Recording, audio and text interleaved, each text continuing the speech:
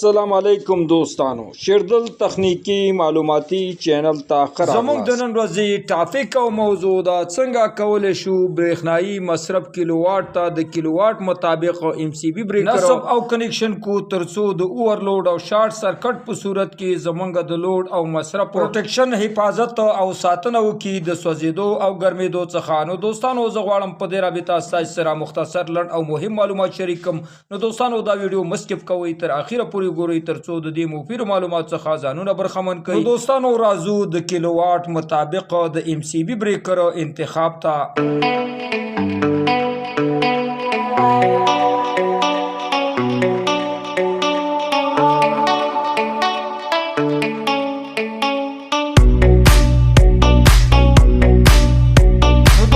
دا وا زموږ د نن ورځې ټاپک او موضوع ستاسو د توجه او لیدو څخه یو نړۍ مننه. السلام علیکم.